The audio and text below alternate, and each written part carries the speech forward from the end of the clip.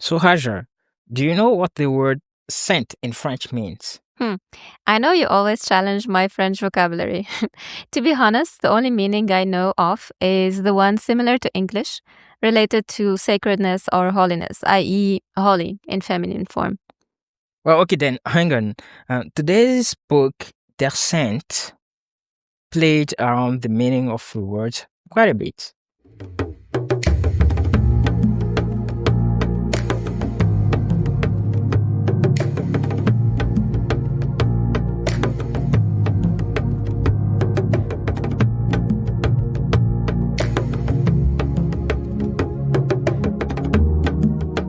Welcome to the Threads of Africa, a space where African voices, books, and ideas come alive. Each episode, we open the pages of books, narrations, and oral traditions that carry the rhythms, struggles, and dreams of the continent. I'm Hajar, And I'm Ramdan. and together we're weaving a richer understanding of Africa, one thread at a time. So today we dive into Terre Ceinte, which is a very powerful novel by Mohamed Mbougar Sarr, and explored violence, freedom, and resistance in the face of extremism. And as you might know, extremism, too often, rightly or wrongly, is associated with Islam. The book was published in 2015, and it takes us to the fictional city of Kalep in the so-called territory of Somal, where a jihadist group holds power, and here this dictates everyday life. Yet, at the heart of this oppression, minds resist, and writing has become an act of survival. Through poetic, tragic, and incisive prose, interspersed with epistolary exchanges between two women mourning the loss of their children, Mohamed Mbougar Sarr forces us to question humanity, to question society and its tendencies toward chaos. And to me, really, the two main questions this novel raise in my mind are: how does one remain human in a dehumanized world, and what power do words hold against weapons? In this episode, we will explore the novel's key themes, its context, and its impact. We will also examine how, with this very first novel, Mbougar Sarr established himself as a vital voice in contemporary African literature. So sit back, relax, and let yourself be immersed in the intense and haunting world of Terre Ceinte. Before diving further into the book, let me quickly introduce the author for those who might not be familiar with him. So, Mohamed Mbougar Sarr is a Senegalese writer who writes in French, and he quickly gained recognition as a rising star in French literature thanks to his very sharp writing style and the remarkable depth with which he explores his subjects. He published the novel we are discussing today when he was just 25, and it won the Amadou Kourma Prize, which is one of the most prestigious awards in Francophone sub-Saharan African literature. Now, 6 years later, at only 31, he won the most prestigious French literature prize. It's called the Goncourt Prize.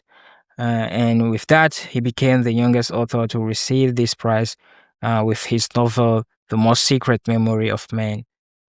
We might come back into some details about him in a later episode. Indeed. And for me, as I guess for many of the listeners, that was the book that made them discover Mbougar Sarr, since he got the very prestigious prize for that. But yeah, for sure, we will come for that one in an episode.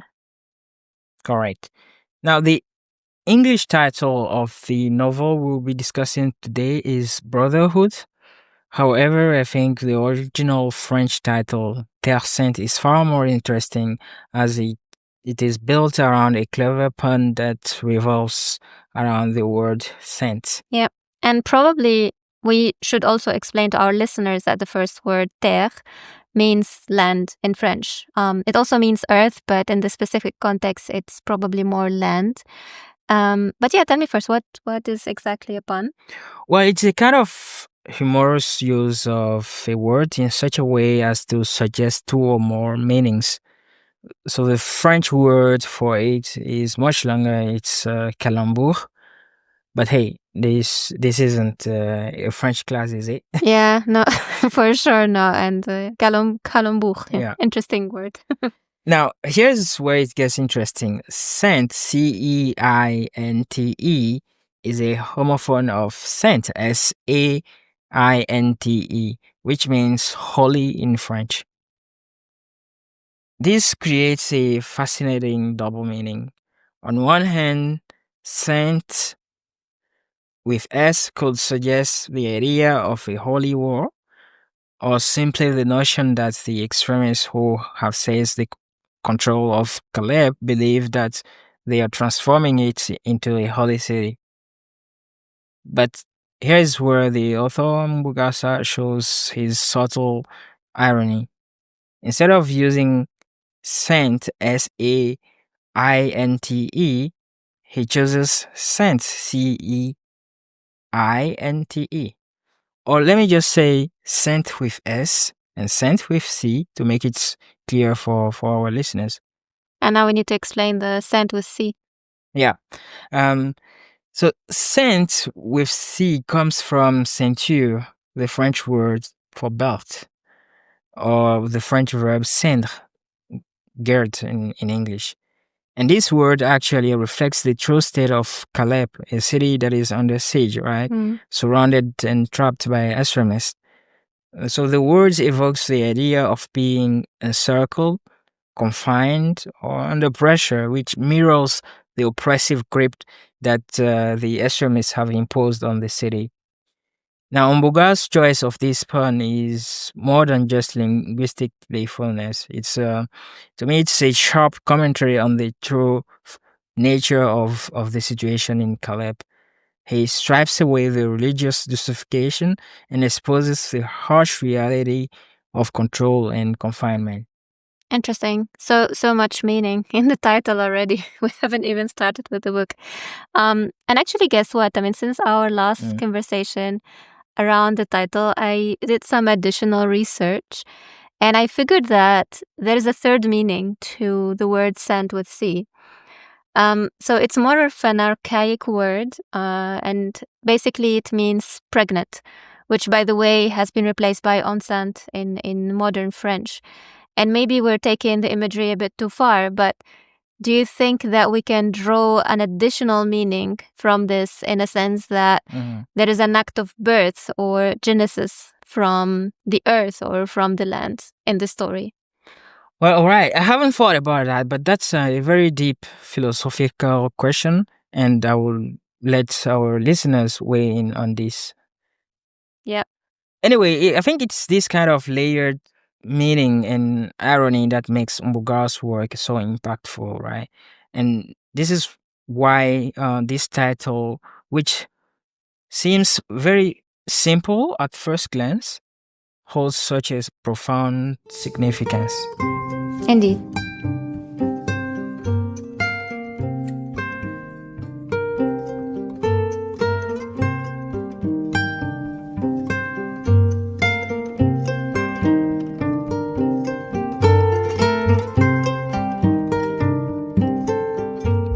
Now, let's turn to the urban environments where the novel's action unfolds.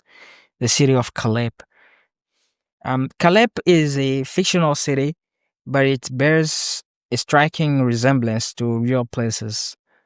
It seems to echo Kidal, a city in Mali that until very recently was under the control of rebels and the so-called jihadist terrorists.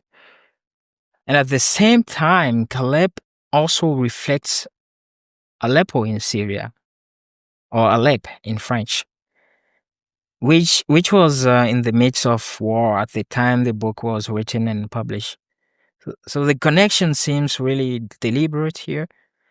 You have the K from Kidal and the rest from Aleppo. But despite these very clear influences, I think Mboga's narrative feels distinctly African. And if we were to search for a real world equivalent of Kalep, Kidal would likely be the closest match. Yeah. Actually, I'm wondering, was this explanation given by the author himself, or is that more your reading? It's my reading and also of other readers that commented after the book was published. Yeah. Okay, yeah, I see.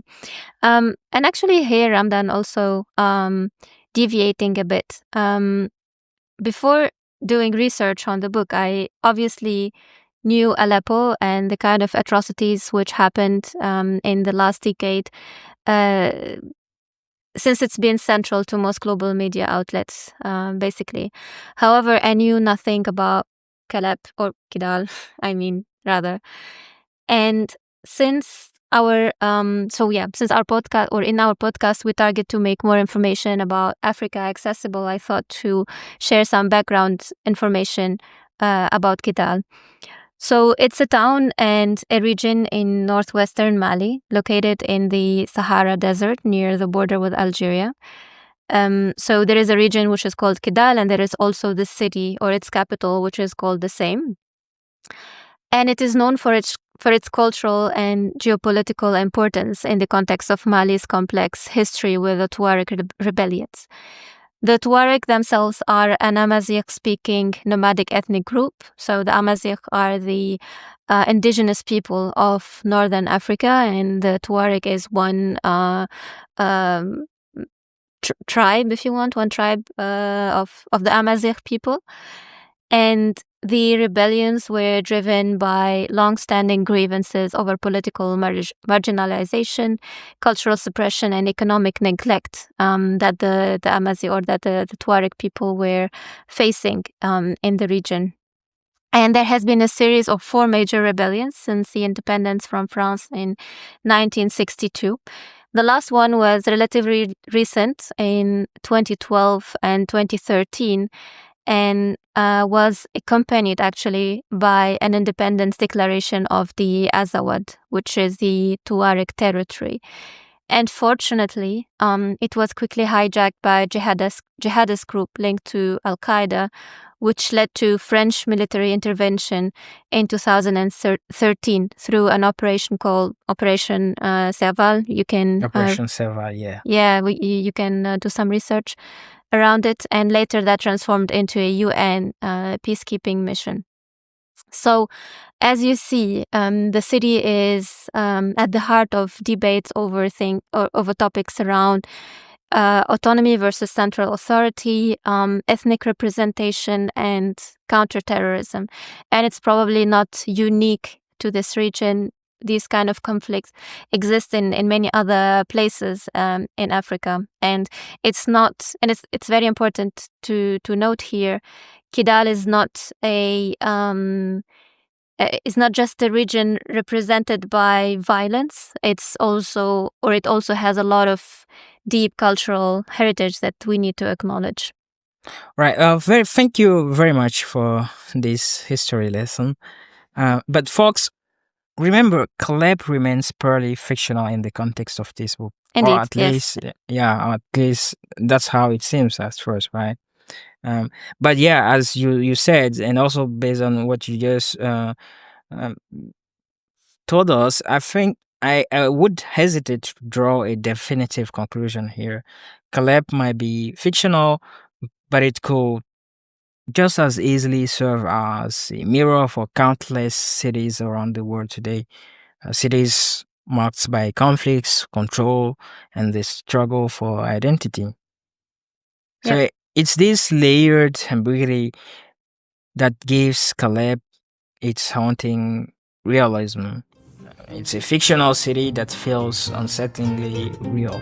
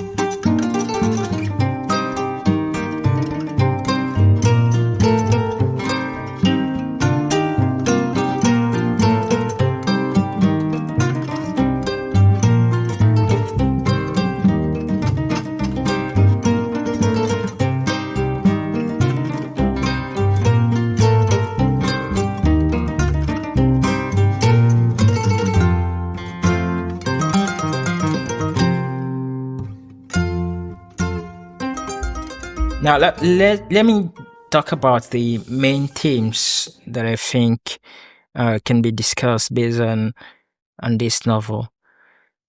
The main themes of the novel, in my view, revolve around writing as a tool for liberation, and I will explain why. The author also delves into questions about human nature, particularly through the character of Captain Abdel Karim Konate. And in fact, I can tell you that Konate is a Malian surname. So yeah, that's linking to our theory that It's Kalep about that. is maybe in Mali. Exactly. So this Abdel Karim guy is the character of a terrorist leader who is both mysterious and complex. This theme is further explored through Malamine, who is the protagonist who led the counter-offensive through writing. And another significant theme is that of society or community, if you like, and its tendency toward chaos. A society that collectively reflects the animalistic side of human nature. And finally, but I would say most importantly, the novel addresses the question of women, or more specifically, the role of mothers. As I mentioned earlier, in this episode, there is a correspondence between two grieving women in the story, and also the character of Ndejo Kamara, whom Mbougar has made absolutely captivating to me. And by the way, she's also the wife of Malamine, whom I said led the counter offensive. And it also seems to me that love isn't a major theme in this book. I think Mbougar explored love more deeply in his novel that won the French Goncourt Prize, which came out 6 years later. Um, but yeah, I would say I did not feel that he explored love in this novel. Yeah. Anyway, So we're saying four main themes, right? So writing, the human nature, yeah, society, and the role of mothers. exactly. Right? Yeah. Right. Okay, let me delve into the first theme, writing as a tool for liberation. So in the story or in the novel, Kalep is trapped. It's held captive by an Islamist group. And from the very beginning, Mbougar sets the tone with a chilling scene. And that was the scene of the execution of two young lovers accused of adultery. And in the city of Kalep, women are forced to cover themselves. Dogs are systematically killed as they were deemed incompatible with the lifestyle of true Muslim believers. The population is subjected to every kind of oppression you might expect under the rule of hardline Islamist militants. And to me, really, it's hard not to think of the situation in Afghanistan, for instance, under the Taliban. Yeah. Yeah. But amid this oppressive reality, there was a spark of resistance that emerged. There was a group of rebels, I would call them, um, rebel against the rebels. That was led by a character named Malamine, and that decided to fight back. Well, they decided to fight back not with weapons but with words. Yeah. Yeah. So they created a clandestine newspaper and secretly distributed it among the population.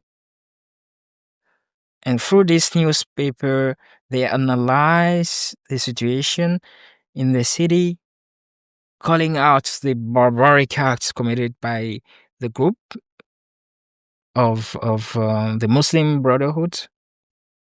Well, not the Muslim Brotherhood, but the Brotherhoods, right? Yeah. The Brotherhoods, because that's the name Mbougar has given to the Islamist militants. Yeah. It can remind Not to us. confound of Yeah. something else. Yeah. Yeah, exactly. Now, what's more, the challenge in the newspaper, the religious legitimacy of these acts, according to the resistance led by Malamin, nothing the Brotherhood imposes on the population is supposed or is supported by the teachings of the Quran. Yeah. And that's, I would say that's almost romantic, if you want. So it's the image of the rebels not using violence to fight. The actual rebels? Yeah, I mean the Malamin group, if you want. Yeah. Using ideas and words to fight the violence from the Brotherhood. I mean, it's a concept that I think exists a lot in literature. But yeah, I mean, this kind of violence versus ideas, so to say, it's a bit of a romantic picture, I see. Yeah. Makes sense. Yeah. And really, beyond that, you might also wonder why a newspaper, right? Why choose writing as a tool of resistance in a West African society where reading newspapers isn't exactly a widespread habit? And that's a fair question. At least these are the questions I ask myself, and I can tell you upfront that I'm usually not too harsh on my critics to authors of fiction books. Yeah. Nevertheless, I personally don't believe that the choice of newspaper is very random or irrelevant, especially in the context of Africa. So initially, when I thought of the idea, I thought directly of when newspapers used or were used in Africa to fight against colonialism. So we know that publishing in general played a major role in liberation movements across the continent during the colonial times. So it helped across many dimensions to awaken the political consciousness, to conceptualize what a decolonized nation could look like. It also created a platform for African voices to assert their culture, which was oppressed by the colonizers, and also to reclaim their indigenous languages, also histories and perspectives. And even more practically, sometimes it helped to mobilize the masses, and for example, by announcing strikes or protests across the country. And I did some research here, and I would mention a couple of examples. So first example would be l'Action tunisienne, so Tunisian Action in French, which was founded in 1932 by the nationalist intellectuals, including Habib Bourguiba, the first president after independence in Tunisia. And the newspaper mobilized the urban elites, criticized the French colonial policies, and it laid the ideological foundation for Tunisia's post-independence or independence movement, if you want. Another similar example from Nigeria is the West African Pilot, which was established in 1937 by Nnamdi Azikiwe, also the first president of an independent Nigeria. Actually, this publication was a leading Pan-African newspaper that spread anti-colonial thought, also promoted self-governance and supported political organizing in the country. And as I said, it had an influence even beyond Nigeria itself. So yeah, it reached wider audiences across West Africa and helped shape Nigeria's path to independence. Another slightly different and maybe more relevant example in our case are the Mau Mau papers from Kenya. These are not formal newspapers, but are rather grassroots underground publications such as leaflets, oaths, or prison writings. So these were circulated secretly during the Mau Mau uprising between 1952 and 1960, and they played a key role in grassroots mobilization, ideological resistance, and communication under the colonial censorship. Right.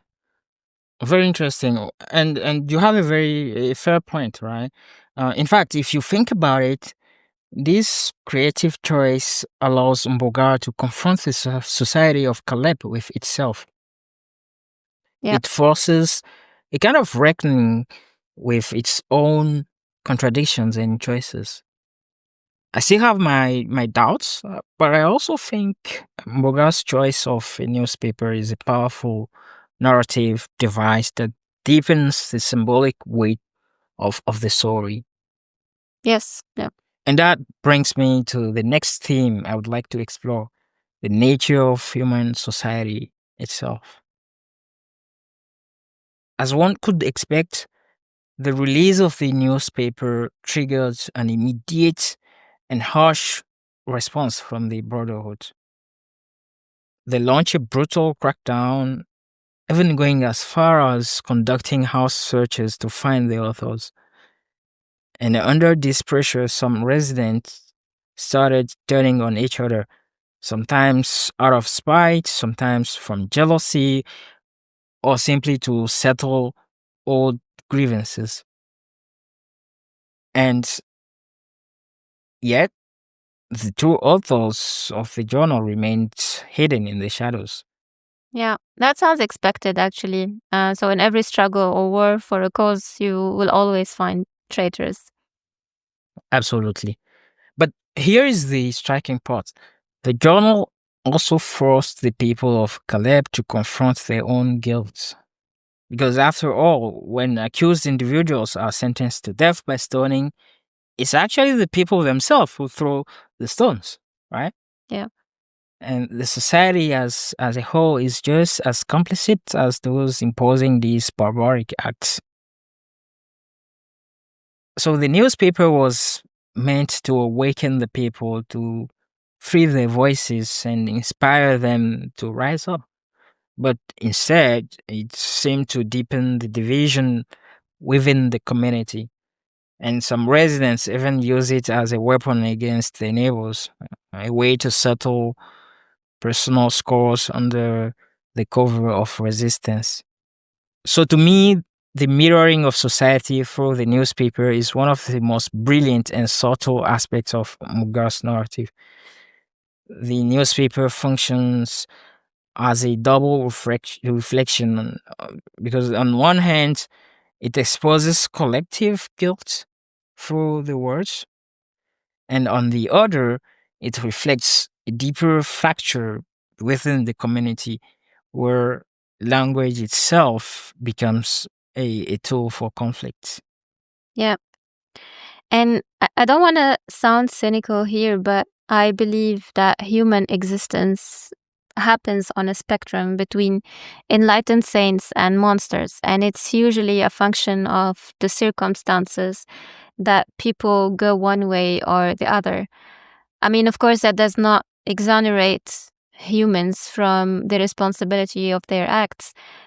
However, I would say that maybe helps explain what is happening in this community, why people are turning against each other instead of kind of collaborating together, if you want, against the brotherhood. It's just the circumstances that they found themselves in. Yeah, I totally agree.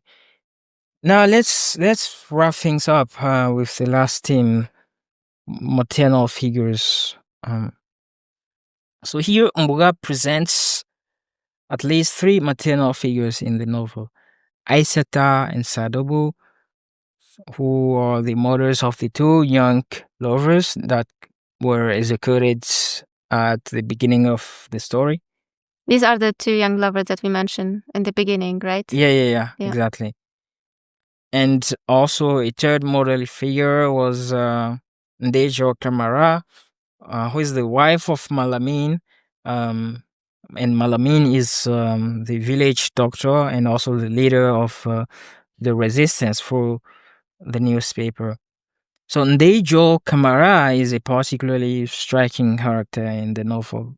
But before discussing her, let's just take a step back and look at the first two grieving mothers.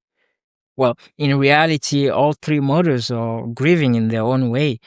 But for Aissata and Sadobo, the loss is especially cruel because their children were accused of adultery and executed without even being granted a proper burial.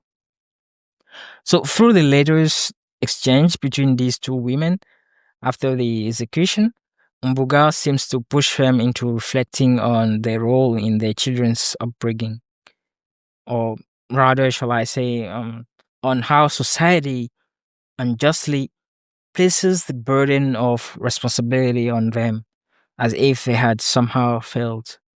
Now, this weight, this unfair blame that was placed on those two women is also central to Ndejo Kamara's story. In her case, her son Ismaila became radicalized and had to leave the family home after a violent argument with his father. But Ndejo Kamara appears to bear the greatest burden from his departure. Now, don't get me wrong. In the case of Ndejo Kamara, no one places the blame on her because her husband is depicted as a caring and very supportive figure. But after the son left, he met Abdel Karim, who is the The leader. terrorist, yeah. Yeah, who is the leader of the Brotherhood, and who took him and developed a deep affection for him.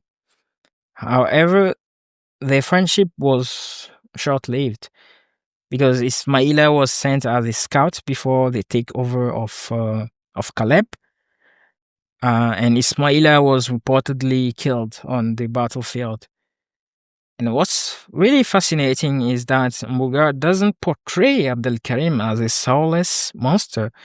On the contrary, through his relationship with Ismaila and even with Ndejo Kamara, Ismaila's mother, um, he shows a man capable of compassion who is also devoted to his religion, a devoted reader of the Quran.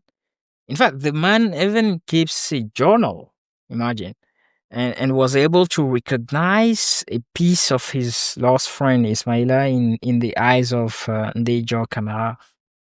Okay, interesting. So he journals every day and potentially meditates and does yoga. But yeah, here again, kind of, I believe that the genius of Mbogasa, as you mentioned, so Abdul Karim is a terrorist leader, is depicted as another human filled with contradiction, which is, I believe, this closeness to reality that is reflected in the book. That refers me back to my previous comment that humans are not binary, so they're not saints or monsters, but live along the spectrum, or unless they are psychopaths, of course. And it is their or in their quest of meaning, sometimes some humans drift to becoming monsters, driven by circumstances. And sometimes they don't even realize it until it's potentially too late. And I feel this is the situation that is being depicted here. Yeah, and adding to your chain of thought, right? What makes Ndejo Kamara such a compelling character is not just her calm demeanor or her love for her children, it's also her kindness even towards those who have flogged her. Um, and most of all, I think the way she dies, right? Because during a public revolt triggered by the capture of two of the real authors of the underground newspaper, she finds herself in the middle of the chaos, pleading with Abdel Karim to spare her husband's life. And Abdel Karim doesn't shoot immediately, he listens to her. But then her youngest son suddenly appears and shoots Abdel Karim, I guess probably from behind. And in a final reflex, Abdel Karim pulls the trigger and the bullet strikes Ndeja Kamara and she doesn't survive. So after this uprising, the Brotherhood retreats and frees the city of Kalep. Um, but yeah, for how long? Can you guess? And is this really the end? Yeah, Well, I don't know. I think I have already covered the essence of the novel, but I won't spoil this last bit. If you want to know whether the Brotherhood comes back, you will have to read it for yourself. definitely. And we recommend that you do read the book. That's it for today's journey through the pages of Terre Ceinte of Mohamed Mbougar Sarr. If this story sparked something in you, pass it on, just like oral tradition. You've been listening to Threads of Africa with Ramdan and Hajar. À bientôt and stay curious.